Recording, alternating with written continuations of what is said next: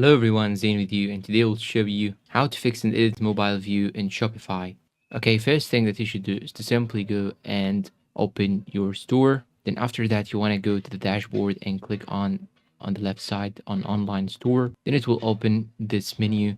What you should do right now is to click on these three horizontal dots beside the customize button. Then you want to click on edit code right here. And after that, you will find this interface.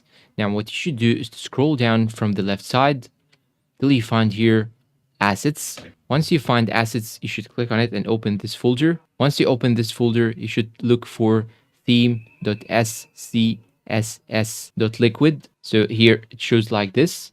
You should go to edit code assets, then theme.scss.liquid, and paste the code at the end of this file right here, the code that is displayed inside the screen of yours right now. You just have to add this code and you're all done. And that's all for today's video. If you find it helpful, please support us with like, subscribe, comment, share. Thank you for watching and goodbye.